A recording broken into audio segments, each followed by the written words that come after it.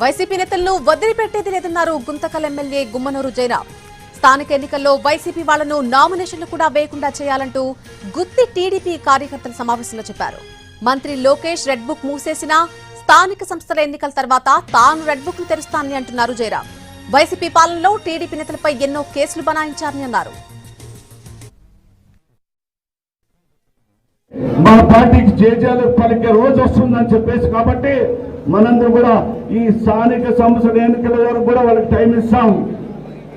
బుద్ధి మార్చుకొని మా పార్టీలోకి వచ్చి మా పార్టీ తీర్థం తెచ్చుకొని మా ఆశీర్వాదం పొందితే కానీ లేదా రేపు స్థానిక సంస్థల ఎన్నికల్లో తల ఊపితే మాత్రము తోక కత్తరించి సున్నమంటే మన Lokesh Babu red book open చేస్తారేమో కానీ క్లోజ్ చేసడం. రేపు స్థానిక సంస్థల ఎన్నికలు అయిన తర్వాత రెడ్ బుక్ నేను ఓపెన్ చేస్తానని చెప్పేసి కాంగ్రెస్